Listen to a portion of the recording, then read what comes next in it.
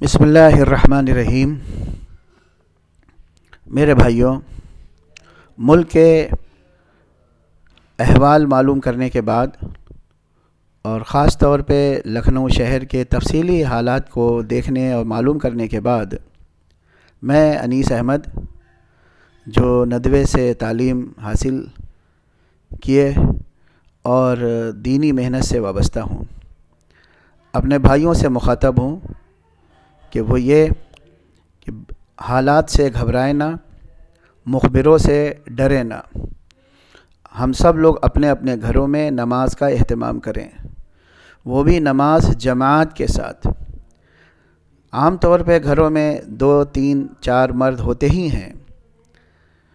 یہ سب نمازوں کے اوقات متعین کریں 5 وقت کے، اور اقامت کہہ کے نماز کا اہتمام کریں۔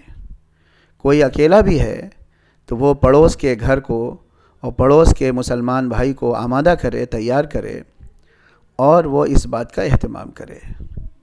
خاص طور پر وہ بھائی جو بالکل غیروں کی آبادی میں رہتے ہیں، غیر مسلم بھائیوں کے آس پاس میں رہتے ہیں، وہاں کوئی ان کا ساتھ دینے والا نہیں ہے، ان کی بات الگ ہے۔ وہ اپنے گھر میں اکیلے نماز پڑھیں، لیکن نماز کے اوقات متعین کر کے پڑھیں۔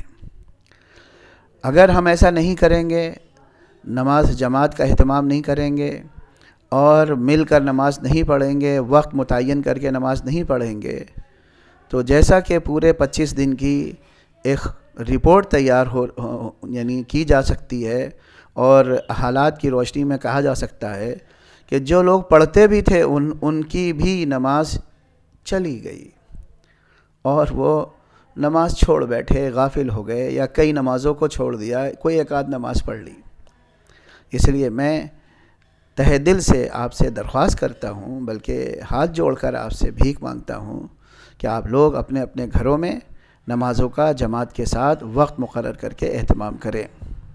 یہ بات اس لیے کہی جا رہی ہے کہ گھروں میں نماز پڑھیں، کیونکہ ہمارے ملک کے تمام بڑے علماء نے یہی رہبری کری ہے، اور ہمیں اپنے تمام علماء کی رہبری میں چلنا ہے اور اس سے اپنے آپ کو ہٹانا نہیں ہے۔ یہ میں نے آپ سے درخواست کری ہے۔ امید ہے کہ آپ حضرات اب جو آئندہ کے دن ہیں لاک ڈاؤن کے، اس میں اسی طرح سے نمازوں کا اہتمام کریں گے۔ جو لوگ گھر میں اکیلے ہیں وہ آس پڑوس کے کسی بھائی کو تیار کر لیں، ڈرنے کی کوئی ضرورت نہیں، جیسا کہ عرض کیا، نہ مخبروں سے نہ خبروں سے۔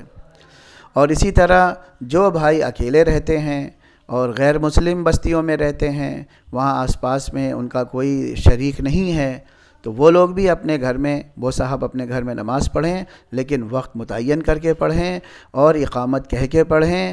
انشاءاللہ یہ عمل ہمارے اندر دین کی بیداری کو اور پختگی کو اور آگے بڑھائے گا۔ اللہ تعالی ہمیں اس پر عمل کرنے کی توفیق عطا فرمائے۔ اب میں اسی سلسلے کی دوسری بات جو ریکارڈ کروں گا وہ دوسرے کلپ میں ہوگی، دوسرے آڈیو میں ہوگی، اسے بھی سماعت فرمائیں۔